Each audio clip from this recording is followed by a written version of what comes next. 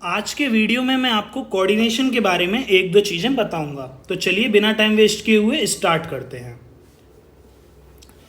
देखिए, कोऑर्डिनेशन का मतलब होता है तालमेल बिठाना। ऑर्गेनाइजेशन के कॉन्टेक्स्ट में कोऑर्डिनेशन का मतलब क्या है, इसे समझते हैं। देखिए, एक ऑर्गेनाइजेशन में कई सारे डिपार्टमेंट्स होते हैं, जैसे कि finance department, purchase department, sales department, marketing department, और इन सारे डिपार्टमेंट्स की अपनी अपनी एक्टिविटीज़ हैं। ये सारे डिपार्टमेंट आपस में इंटरलिंक्ड हैं और एक दूसरे के ऊपर निर्भर भी हैं, यानी कि इंटरडिपेंडेंट भी हैं। ठीक है, तो इन सारे डिपार्टमेंट्स की एक्टिविटीज़ के बीच में और इन सारे डिपार्टमेंट्स के बीच में एक बैलेंस होना बहुत ज़रूरी है, एक सिंक्रोनाइजेशन होना बहुत ज़रूरी है। ठीक है, तो एक मैनेजर जब इस बैलेंस को बिठाने की कोशिश करता है इन डिपार्टमेंट्स के बीच में, उसी चीज़ को कोऑर्डिनेशन कहा जाता है।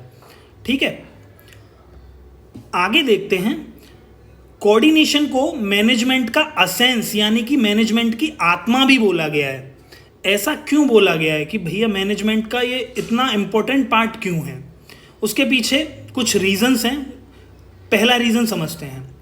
देखिए, कोऑर्डिनेशन जो होता है वो मैनेजमेंट के सारे फंक्शंस के साथ लगा हुआ होता है।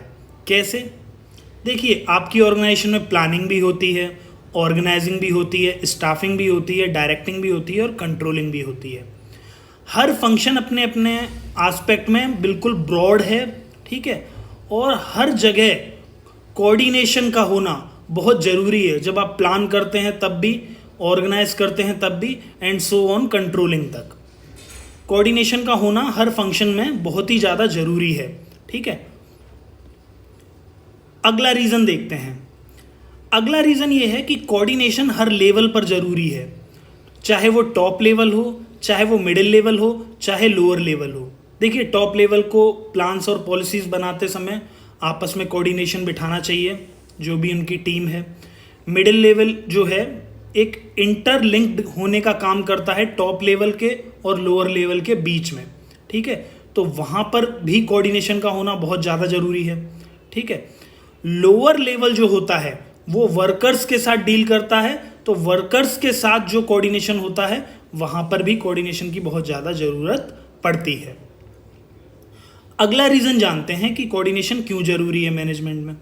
देखिए, लास्ट में सेम बात रिपीट हो गई है कि कोऑर्डिनेशन जो है एक इम्पॉर्टेंट फंक्शन है ऑर्गेनाइजेशन का। देखिए, वैसे तो मैनेजमेंट के अंदर 5 फंक्शन होते हैं, POSDC, planning, organising, staffing, directing और कंट्रोलिंग। इन पांचों फंक्शंस को जोड़े रखने का काम जो है, इन पांचों फंक्शंस को बना के एक साथ चलने वाला जो काम करता है वो करता है कोऑर्डिनेशन। आप ऐसे समझिए कि कोऑर्डिनेशन जो है वो एक धागा है। ठीक है, और ये फंक्शंस जो हैं वो फ्लावर्स हैं। ठीक है, कोऑर्डिनेशन इन सारे फ्लावर्स को इस तरीके से अपने धागे में बांधेगा कि वो एक माला में बदल जाए, गार्लैंड में बदल जाए। ठीक है, तो यहाँ पर कोऑर्डिनेशन एक इम्पॉर्टेंट फंक्शन नज़र आता है ऑर्गेनाइजेशन का। अगला देखते हैं। अब हम देखेंगे कोऑर्डिनेशन के क्या फीचर्स हैं और कोऑर्डिनेशन का क्या नेचर है। सबसे पहला feature, coordination integrates group efforts. देखिए, आपकी ऑर्गेनाइजेशन में कई सारे लोग काम करते हैं, उन कई सारे लोगों के डिफरेंट बैकग्राउंड्स हैं, उनका स्टाइल ऑफ वर्किंग यानी कि काम करने का तरीका जो है वो भी अलग अलग है, उनका एटीट्यूड भी अलग अलग है। ये सारी चीज़ें अलग अलग हैं और एक मैनेजर को इन सारी चीज़ों के अलग अलग होने के बावजूद भी उन्हें एक कॉमन डायरेक्शन दिखानी है। ठीक है, वो चीज़ वो तभी कर पाएगा जब इन सारे लोगों के बीच में एक कोऑर्डिनेशन को ला पाएगा। जब कोऑर्डिनेशन को ला पाएगा तभी उनके सारे एफर्ट्स जो हैं वो ग्रुप एफर्ट्स के रूप में इंटीग्रेट हो पाएंगे, यानी कि इकट्ठे हो पाएंगे। अगला लगभग पहले वाले फीचर से मिलता हुआ ही है, इंश्योर यूनिटी ऑफ एफर्ट्स। देखिए, कई सारे एफर्ट्स की कई सारी डायरेक्शंस हो सकती हैं, अगर उसमें बीच में कोऑर्डिनेशन ना बिठाया जाए तो हमें कॉमन डायरेक्शन पकड़नी है, और कॉमन डायरेक्शन तभी पकड़ पाएंगे हम, ऑर्गेनाइजेशन का जो कॉमन गोल है वो हम तभी अचीव कर पाएंगे जब लोगों के एफर्ट्स में यूनिटी होगी। ठीक है, अगर वो चीज़ नहीं है तो हम अपने गोल से डाइवर्ट हो सकते हैं। अगला फीचर है कोऑर्डिनेशन कंटिन्यूअस प्रोसेस है। ऐसा तो है नहीं कि कोऑर्डिनेशन आज होगा कल नहीं होगा, कोऑर्डिनेशन लगातार निरंतर चलता रहता है। ठीक है, जब तक ऑर्गेनाइजेशन है तब तक कोऑर्डिनेशन चलता रहेगा।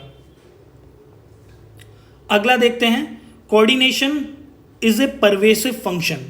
कोऑर्डिनेशन जो है वो आपके हर लेवल पर जरूरी होता है, टॉप लेवल पर भी, मिडिल लेवल पर भी और लोअर लेवल पर भी। इसीलिए बोला गया है कि कोऑर्डिनेशन जो है वो एक परवेसिव फंक्शन है। Coordination is responsibility of all the managers. चाहे टॉप लेवल का मैनेजर हो, चाहे मिडिल लेवल का मैनेजर हो, चाहे लोअर लेवल का मैनेजर हो, कोऑर्डिनेशन हर मैनेजर की जिम्मेदारी है। ऐसा नहीं है कि केवल एक ही लेवल का मैनेजर उस चीज़ को निभाएगा। हर एक लेवल पर हर मैनेजर की जिम्मेदारी होती है कि कोऑर्डिनेशन फंक्शन को परफॉर्म करता रहे। अगला फीचर है coordination is a deliberate function, यानी कि बहुत ही ज़्यादा इंपॉर्टेंट फंक्शन है। ठीक है, इसे बहुत ही अच्छे से निभाना आना चाहिए एक मैनेजर को, तभी एक ऑर्गेनाइजेशन अपने सक्सेस को रूट को पकड़ सकती है। यहाँ पर हमारे फीचर्स जो हैं वो कंप्लीट हो गए। अब देखते हैं कोऑर्डिनेशन की ज़रूरत क्यों है या कोऑर्डिनेशन की इम्पोर्टेंस क्या है। अब हम समझते हैं इम्पोर्टेंस या नीड ऑफ कोऑर्डिनेशन। कोऑर्डिनेशन की ज़रूरत हमें क्यों पड़ती है या इसकी इतनी आवश्यकता क्यों है। सबसे पहली ज़रूरत है ग्रोथ इन साइज। जैसे जैसे आपकी ऑर्गेनाइजेशन का साइज बढ़ता चला जाता है वैसे वैसे आपको कोऑर्डिनेशन की रिक्वायरमेंट भी बढ़ती हुई चली जाती है। क्यों? देखिए, बड़ी ऑर्गेनाइजेशन में ज़्यादा डिपार्टमेंट होते हैं, ज़्यादा ब्रांचेस होती हैं और नंबर ऑफ़ एम्प्लॉयज़ भी ज़्यादा होते हैं, तो इन सारे लोगों के बीच में कोऑर्डिनेशन बिठाना भी मुश्किल पड़ जाता है। ठीक है, तो ऑर्गेनाइजेशन का साइज जैसे जैसे बढ़ेगा वैसे वैसे कोऑर्डिनेशन की ज़रूरत भी बढ़ती हुई चली जाएगी। ठीक है, अगला पॉइंट देखते हैं फंक्शनल डिफरेंशिएशन। यहाँ पर यही बताया गया है कि हर एक ऑर्गेनाइजेशन में कई डिपार्टमेंट्स होते हैं और कई डिपार्टमेंट्स के अपने अपने अलग अलग रोल होते हैं। अलग अलग रोल होने के बावजूद भी वो एक दूसरे पर निर्भर रहते हैं, इंटरडिपेंडेंट रहते हैं, यानी कि इंटरलिंक्ड रहते हैं। मान लीजिए परचेज डिपार्टमेंट ने ख़राब सामान खरीदा तो उसका इफेक्ट प्रोडक्शन डिपार्टमेंट के प्रोडक्शन पर भी पड़ेगा और फिर उसकी सेल पर भी पड़ेगा और फिर लास्ट में आपके रेवेन्यू पर भी पड़ेगा। ठीक है, तो फंक्शनल डिफरेंशिएशन होने के बावजूद भी एक ऑर्गेनाइजेशन को आपस में कोऑर्डिनेशन बना के रखना पड़ेगा। अगर हर डिपार्टमेंट आइसोलेशन में अपने अपने तरीके से परफॉर्म करने लगे तो हम बहुत ज़्यादा लॉस को फेस करना पड़ेगा हमें। अगला देखते हैं स्पेशलाइजेशन। यहाँ पर ये बताया गया है बेसिकली एक ऑर्गेनाइजेशन के अंदर जो बड़ी ऑर्गेनाइजेशन होती हैं खासतौर पे वहाँ पे बहुत ज़्यादा स्पेशलिस्ट की ज़रूरत पड़ती है। अगर हर स्पेशलिस्ट अपने अपने फील्ड ऑफ स्पेशलाइजेशन में अपने अपने तरीके से ही काम करे और एक दूसरे के साथ एक कम्युनिकेशन इस्टेब्लिश ना करे तो ऑर्गेनाइजेशन को बहुत ज़्यादा नुकसान का सामना करना पड़ सकता है। ठीक है, तो ये सारी चीज़ें होने के बावजूद भी एक ऑर्गेनाइजेशन अपने सारे स्पेशलिस्ट के बीच में एक कोऑर्डिनेशन बिठाने की कोशिश करती है। ठीक है, तो यहीं पर आपका कोऑर्डिनेशन जो टॉपिक था मैनेजमेंट के अंदर वो ख़त्म होता है और पहला चैप्टर भी आपका ख़त्म होता है। आपने मुझे इतना टाइम दिया, thank you very much for your time and patience. मिलते हैं नेक्स्ट वीडियो में।